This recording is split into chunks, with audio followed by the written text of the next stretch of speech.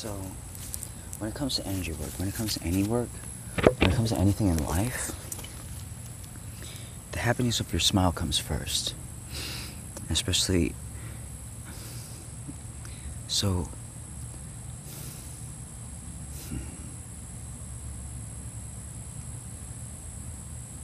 if happiness is the light of your soul, and your soul is what you are, you need your happiness, the light of your energy, to basically impart, to enact your gifts. So, before you do energy work on someone, you always practice that first, that smile, that resonance, that frequency. It's a frequency of light. And so, whenever you heal someone, whenever you work with energy, you keep the light of your awareness on yourself, with yourself.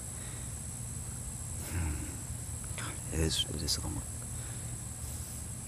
You can do both energy and work with just the light, with just your light alone. You can heal someone, you can send light to them. Almost imagine a beam of light being sent to them, being radiated to them. You can use just your light to clear a person's emotions, their memories. When you're clearing someone, you want to imagine almost like a column of light running from their tips of their toes to the sky. And you want to, that's generally where the emotions, that's really where the memories are. They're above the person. And you can almost see and feel them when they come in, when they try to block them, when they become when it becomes part of their awareness, when it tries to intervene, when it becomes more, not subconscious, it becomes more active. And you can almost feel that, you can almost flick them away, energize them. Either pull them towards the being themselves, pull them into the person's body with your light, with your mind, or send light to them at it as a point of focus. Like literally just, you're trying to almost vaporize them, energize them into basically the ethers, and this would push it back into the person's body naturally.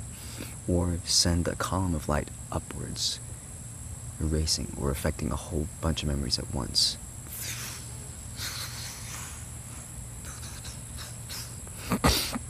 Same thing with clearing a person, except you only use your smile. You hold the awareness of your smile, and you use your heart to connect with them. You practice that connection and awareness on yourself, how the energy feels, how it feels like, how it encompasses you, how love from your heart, and how your smile allows that process to take place and to engage to happen. And then you bring the energy of your heart, step 1, step 2, and you feel that, you tune into that. And so your colon is this, basically your large intestine is this great U shape right here in your abdomen. And when you love yourself, when you love someone, when you're trying to remove toxins, you basically energize a part of the colon, usually around here, it's the upper part, because this is where most of the cell exchange happens more naturally, instead of down here. It's at this ending part of the colon, you want the big U. And so you smile, you hold love for yourself, and you have like a gentle awareness, almost like an anchor point. But first you feel how that love you just bathe in that frequency, how it feels like it's restoring your cells, how it moves, how it gently moves everything around. For clearing, it's a great practice. You take like 5-10 minutes just to feel that love, feel your smile and your happiness for it, then you feel that love. Practice those two frequencies, almost separately. The smile comes first, then the love. Love yourself first. Get a feeling for what that feels like. And when you're clearing toxins out of someone, clearing elements out of someone's body, you pull from the external limbs first, and you start tugging. Try to just do one section, just to get a feel for it, how it goes. And you're just drawing everything down towards the person's colon, that U shape, the giant U shape. Doesn't matter if you send it anywhere, it's fine.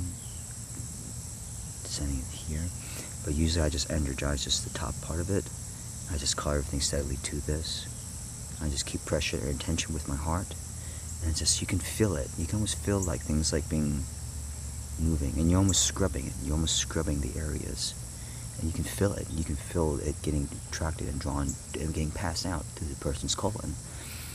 And you do that, and you scrub, you pass it through the slower a person's metabolism, the slower those compounds will move. You feel it, and you just gently just guide it. Make sure it goes all the way first, and make sure it goes all the way. And in groups, just pass it over. You can use a broad energy or do it all at once. Is how I'm doing it. You